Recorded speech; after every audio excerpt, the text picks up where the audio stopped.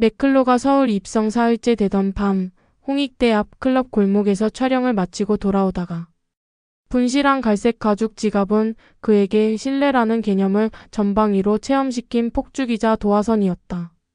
사건의 전모는 이렇다. 새벽 1시 20분 그는 호텔 카운터를 통과해 엘리베이터를 기다리며 목걸이형 패스와 현장 메모, 여권 사본을 넣은 슬링백의 지퍼를 열었다가 숨이 턱 막혔다. 분실 신고를 하려면 우선 맞은편 마포경찰서를 찾아가 한국식 분실물 신고 전산망부터 배워야 하는데 당시 그는 한국어 한 줄 못 읽었다.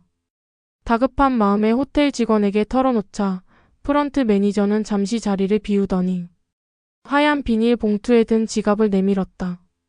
1시간 전쯤 택시기사님이 저희 호텔 명함 보고 직접 갖다 주셨어요.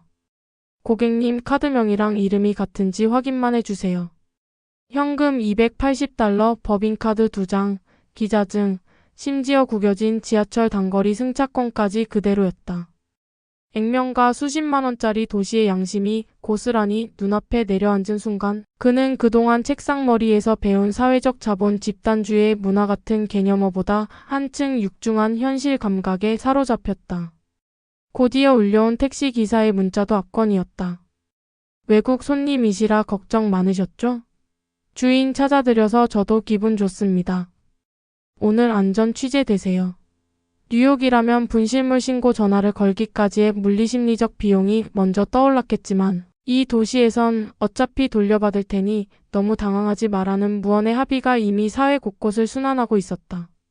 맥클로는 곧바로 노트북을 열어 취재 로그를 작성했다. 현금과 카드가 가득 찬 지갑 반환까지 123분 걸림.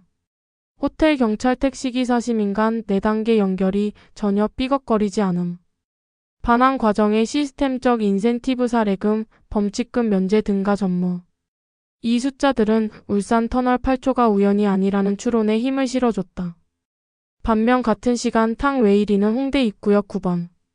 출구 앞 노점에서 일부러 커피잔을 엎지르고 지나가는 행인들이 어떻게 반응하는지 스마트폰으로 몰래 촬영하고 있었다. 그의 메모엔 도움 의향 60% 이하, 통로 협소 시 무반응 증가 같은 가설이 적혔지만 실상은 달랐다. 벤치에 앉아있던 50대 교사, 택시를 기다리던 20대 대학생, 심지어 퀵서비스 기사까지 도우려 달려들자 그는 순간 카메라를 내려야 했다. 실패한 실험을 숨길수록 그의 표정엔가 번졌다. 맥클로는 그날 밤 회의록에서 한국인의 도움.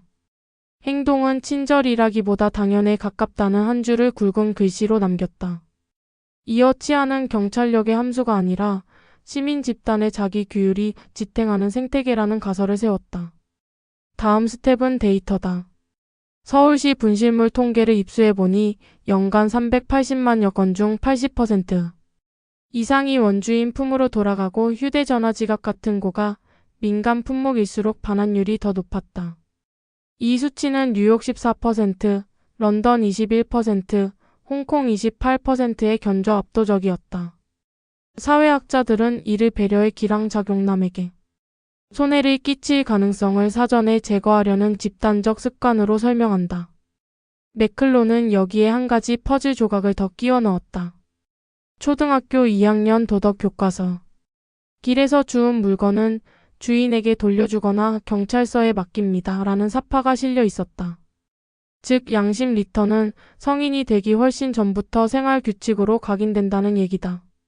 그는 즉시 CNN 뉴욕 본사에 전화를 걸어 추가 예산을 요청했다.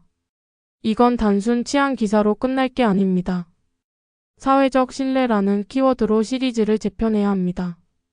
하지만 실험이 진전될수록 웨이린의 편집 흑마술도 노골화됐다.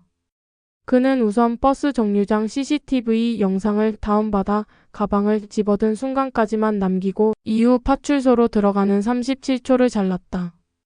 이어 한국 분실물 반환율 거품이란 자극적 제목을 달아 본국 매체에 송출했다. 재생수가 치솟자 그는 만족스러운 듯 했지만 불과 48시간 만에 해당 영상 속 주인공 가방을 들고 사라진 범인이 온라인 커뮤니티에 등장해 반박했다. 저 장면 이후 파출소에 맡겼고 다음날 주인이 찾아갔습니다. 결정타는 파출소 코앞 현관에 찍힌 동일 CCTV 원본이었다.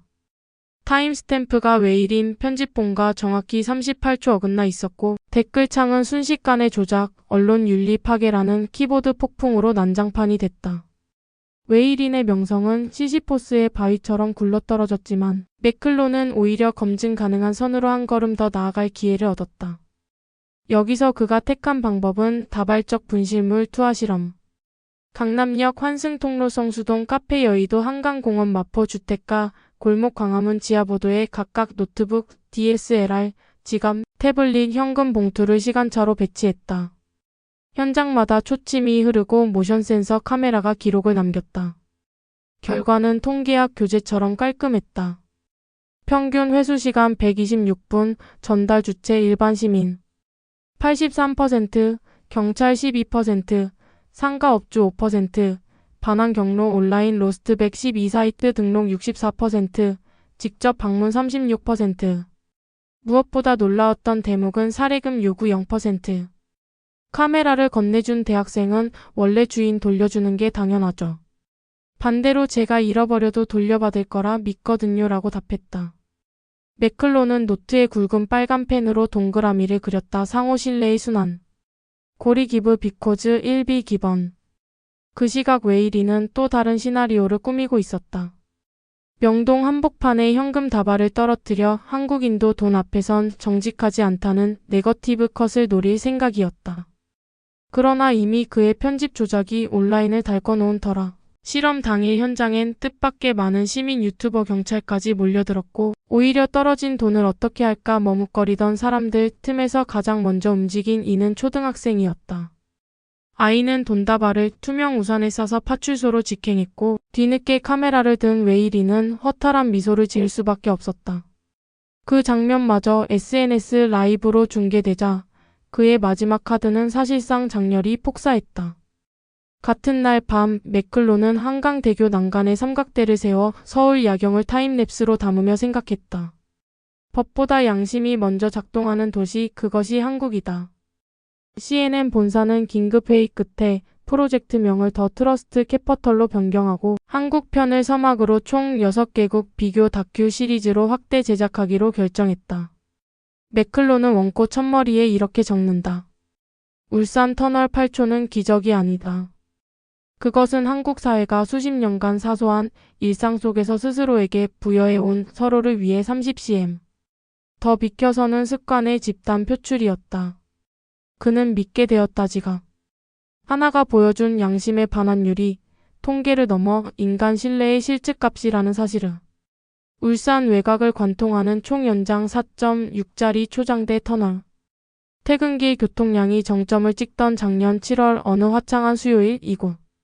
폐쇄회로 CCTV에 8초 분량의 짧은 장면이 포착됐다. 시야 끝에서 파란 전멸등을 번쩍이며 달려오던 구급차가 구비를 돌자마자 정체 구간과 맞닥뜨렸고 그 순간 양쪽 차로를 가득 메우고 있던 승용차와 물차 30여 대가 바람이라도 가르듯 순식간에 물결 대피를 시작했다. 왼쪽 차로의 차량들은 오른바퀴를 중앙 분리대에 최대한 붙여서고 오른쪽 차로 차량들은 너울치듯 갓길로 밀려났다. 평소라면 콘서트 피날레처럼 빵빵거릴 경적소리 대신 모든 엔진이 동시에 움찔 멈춘 듯 고요했고 구급차는 브레이크 한 번 잡지 않은 채 한가운데 열린 생명의 통로를 따라 시속 90로 빠져나갔다. 소방청 블랙박스 채널에 올라온 이 영상은 불과 24시간 만에 1700만 회를 넘기는 폭발적 조회수를 기록했으며 해외 누리꾼들은 CG 아니냐, 북유럽도 저 정도는 아니다. 한국인들에게 도로는 협동게임인가 같은 댓글을 쏟아냈다. 그날 이후 울산 터널 모세의 기적이라는 검색어가 트위터 실시간 트렌드를 장악했고 미국 CNN 본사 편집국 역시 난리가 났다. 트래픽을 분석하던 데이터팀이 아시아 도시 치안 시민의식 키워드에 유독 한국이 치솟고 있다는 사실을 보고하자 국제부 데스크는 즉시 특집 코너 아이디어를 구상했다. 도쿄, 방콕, 싱가포르와는 또 다른 도심 밀집 국가가 아닌데도 이상하리만치 질서. 정연한 혼잡을 구현하는 한국을 파헤쳐보자. 이렇게 해서 그해 가을 20년 경력의 특파원 리처드 맥클로 리처드 MCCL OUGH는 4명의 동료 취재진과 함께 아시아 치안 열전 프로젝트의 마지막 목적지로 인천국제공항에 발을 디뎠다. 그는 사전에 한국을 K-파 LED 네온사인과 휴전선 대치가 공존하는 양면적 공간 정도로만 이해하고 있었다. 그런데 입국 첫날부터 예상은 순식간에 뒤집혔다. 보안 검문 검색대 뒤편부터 한강, 이남 도심까지 맥클로가 며칠간 목격한 풍경은 미국 대도시의 합리적 불신과는 거리가 멀었다. 총기 대신 투명 우산을 든 야간 산책객, 도심 골목마다 설치된 방범 CCTV가 도리어 불안이 아니라 안심의 상징으로 읽히는 사회 컨센서스, 그리고 무엇보다도 남에게 피해를 주면 안 된다는 말을 도덕 교과서 문장이 아니라 생활 근육처럼 자동화해낸 시민들의 행동 방식이 그를 경악시켰다. 그는 한밤중 홍대 앞 거리 촬영을 마치고 호텔로 돌아오는 길 커다란 ENG 카메라 무게에 손목이 저려 잠시 계단 난간에 기대 있다가 낯선 대학생에게 장비 무거워 보이시네요. 좀 들어드릴까? 란 말을 들었다. 타임스퀘어에서 같은 상황이었다면 대개 얼마를 줘야 하죠? 라는 대화가 먼저 시작됐을 것이다. 그러나 맥클로의 초점은 단순 호의에 머물지 않았다. 울산 터널 8초의 질서가 한순간에 통제된 퍼포먼스인지 아니면 실제로 한국 사회 전반에 밑바탕처럼 깔린 집단적 내재 규범의 결과물인지를 검증해야 했다. 게다가 첫 만남부터 군더더기 없이 계산적인 웃음을 짓던 홍콩. 언론인 탕웨이린이 동행 취재 명단에 이름을 올린 것도 그의 기자 본능을 자극했다. 웨이린은 한국의 치안은 이미지 메이킹, CCTV 경찰력으로 포장된 착시효과라며 노골적 회의론을 펼쳤고 맥클로는 본능적으로 팩트 대 팩트의 검증 실험에 돌입하기로 했다. 그렇게 시작된 것이 바로 지갑 스마트폰 카메라를 일부러 잃어버리고 택시 뒷좌석에 고가 장비를 내려놓고 번화가 벤치에 현금을 흘려두는 시민의식 스트레스 테스트였다. 예상과 달리 결과는 매번 맥클로의 안쪽 포켓 안이 양심 포켓으로 돌아왔다. 분실물은 건당 평균 2시간 이내에 파출소를 거쳐 호텔 프런트로 인계됐고 은색 맥북을 움켜쥔 카페 알바생은 주인 찾아드리려고 퇴근도 미뤘다는 문자 메시지를 남겼다. 분실물 반환율 82.5%, 휴대전화는 92%, 현금조차 67%가 돌려지는 서울시 공식 통계는 숫자 노름이 아님이 입증되고 있었다. 그 와중에 웨이리는 버스 정류장 CCTV 영상을 절도. 장면만 남기고 편집하여 한국 치안어상 기사를 송출하려다 역풍을 맞는다. 영상 속 인물이 사실은 분실물을 파출소에 신고하려는 모습까지 촬영돼 있었고 해당 원본이 온라인 커뮤니티에 공개되면서 그의 조작은 백일화에 드러났다. 이 일련의 사건은 맥클로의 시선은 안전한 도시라는 피상적 프레임에서 신뢰, 자본의 축적이라는 사회학적 대전제로 이동시켰다. 그는 단순히 도로에서 길을 터주는 행동이 모세의 기적이 아니라 한국 사회가 수십 년간 학교, 가정, 매체, 온라인, 커뮤니티 곳곳에서 학습해 온 타인의 생존권에 대한 존중의 응축이라 진단했다. 울산 터널 8초는 결코 기적이 아니었다. 그것은 한국인이 서로의 옆얼굴을 믿는다는, 그래서 질서와 배려를 보상 없는 기본값으로 이해한다는 오랜 문화 자본의 실전편이었다. 5회 연속 상승 곡선. 특히 현금카드 여권 같은 고위험 품목의 반환율이 95%에 육박한다는 수치는 뉴욕 14%, 런던 21%, 베이징 17%의 두 자릿수를 압살하고 있었다. 더 충격적인 건 회수 평균 시간이 매년 15분씩 단축됐다는 사실이다. 시민이 물건을 줍는 즉시 LOST 112 앱에 입력하거나 지구대에 전화를 걸어 실시간 픽업을 부탁하기 때문이란다. 맥클로는 파일을 내려다보다가 정서적 안전망 이모셔널 세이프티 넷이라는 단어를 떠올렸다. 누구든 물건을 잃어도 곧 돌아올 거라는 믿음이 공기처럼 퍼져 있으면 시민 개개인은 불안에 쓰는 심리적 에너지를 다른 생산적 행동에 전환할 수 있다. 그게 바로 한국이 쌓아 올린 신뢰 자본의 실체였다. 데이터에 매료된 그는 사회학자, 보험계, 리사 스타트업 CEO 등 7명으로 신뢰 패널을 구성해 좌담회를 열었다. 서울대 사회학과 하현주 교수는 한국인은 상호 억제보다 상호 배려 메커니즘을 더 강하게 학습해 왔다며 초등학교 도덕 교과서를 꺼내 보였다. 거기엔 길에서 주운 돈은 얼른 경찰서에라는 사파가 1975년 판부터 단 한 글자도 변형 없이 실려 있었다. 반면 현대해상 손해율팀 윤경수 계리사는 분명한 숫자를 제시했다. 개인 휴대폰 분실 특약특 약 보험료가 한국이 OECD 평균의 30% 수준입니다. 잃어도 돌아온다는 경험적 데이터 덕분이죠. 플랫폼 스타트업 파인더스의 김진솔 대표는 작년 앱을 통해 등록된 분실물 29만 건 중 79%가 24시간 내 주인을 찾았다며 반환 과정에서 사례금 송금 기능이 있지만 실제 활용률은 5% 미만이라고 밝혔다. 다시 말해 보상이 아니라 신뢰가 거래의 기본 통화라는 뜻이다. 이때 탕 웨이린의 그림자는 한 구석에서 짙어졌다. 좌담회 직후 맥클로가 받은 익명의 메일에는 당신의 실험 장면에 숨겨진 배우가 동원됐다는 증거가 있다는 의혹 파일이 첨부돼 있었다. 폴더를 열어보니 맥클로의 성수동 카페 테스트 때 주변을 서성이던 인물이 사실은 한국 PR업계 종사자라는 주장이었다. 혹겹으로만 보면 자극적이었다. 하지만 맥클로는 곧장 CCTV 원본과 현장 인터뷰 녹취를 대조했다. 문제의 인물은 카페 단골 손님이자 프리랜서 사진작가로 맥클로 팀의 존재조차 몰랐음이 밝혀졌다. 발신 주소를 역추적해보니 웨이린이 최근 개설한 홍콩발 치안감시 네트워크 포럼 서버와 IP가 일치했다. 허위 제보를 만들어 실험 자체를 무력화하려는 샘번 맥클로는 노트에 빨간 펜으로 굵직하게 메모했다. 그 사이 온라인에선 대역 전극이 진행 중이었다. 웨이린이 조작한 버스 정류장 영상이 폭로되자 한국 누리꾼들은 타임코드 합성, 역동 영상 기법, 프레임 레이트 흔적 같은 디지털 포렌식 분석을 대거 업로드했다.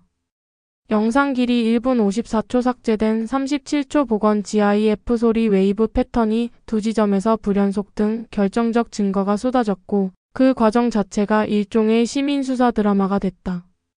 NYU 저널리즘 스쿨의 카트린 브루어 교수는 이를 집단지성의 윤리 필터라고 칭하며 한국 사회의 신뢰 자본이 온라인 투명성으로 재기한 사례라고 평했다. 맥클로는 즉시 이 장을 다큐멘터리 4부에 삽입하기로 결정, 편집실에 긴급 지시를 날렸다. 시민 포렌식 신뢰순환 고리 완결판. 맥클로가 뉴욕 본사에 보낸 3차 기획안에는 한 문장이 굵은 볼드로 박혔다. 치안의 종착지는 무서워서 못 훔치는 사회가 아니라 훔칠 이유가 사라지는 사회다. 그가 한국에서 관찰한 풍경은 바로 그 종착지에 가까웠다. 유흥가 한복판에서도 지갑을 잃어버려 본 사람이 다음날 알람보다 빠른 카톡으로 찾았다는 경험담이 버젓이 SNS 밈으로 돌아다니는 곳. 어릴 때부터 남의 물건은 손대지 않는다는 규범을 체화하고 그걸 어길 시 돌아오는 것은 법적 처벌이 아니라 동네 어른의 눈총사적 시선의 압력이 공권력보다 빠르고 무겁게 작동하는 문화.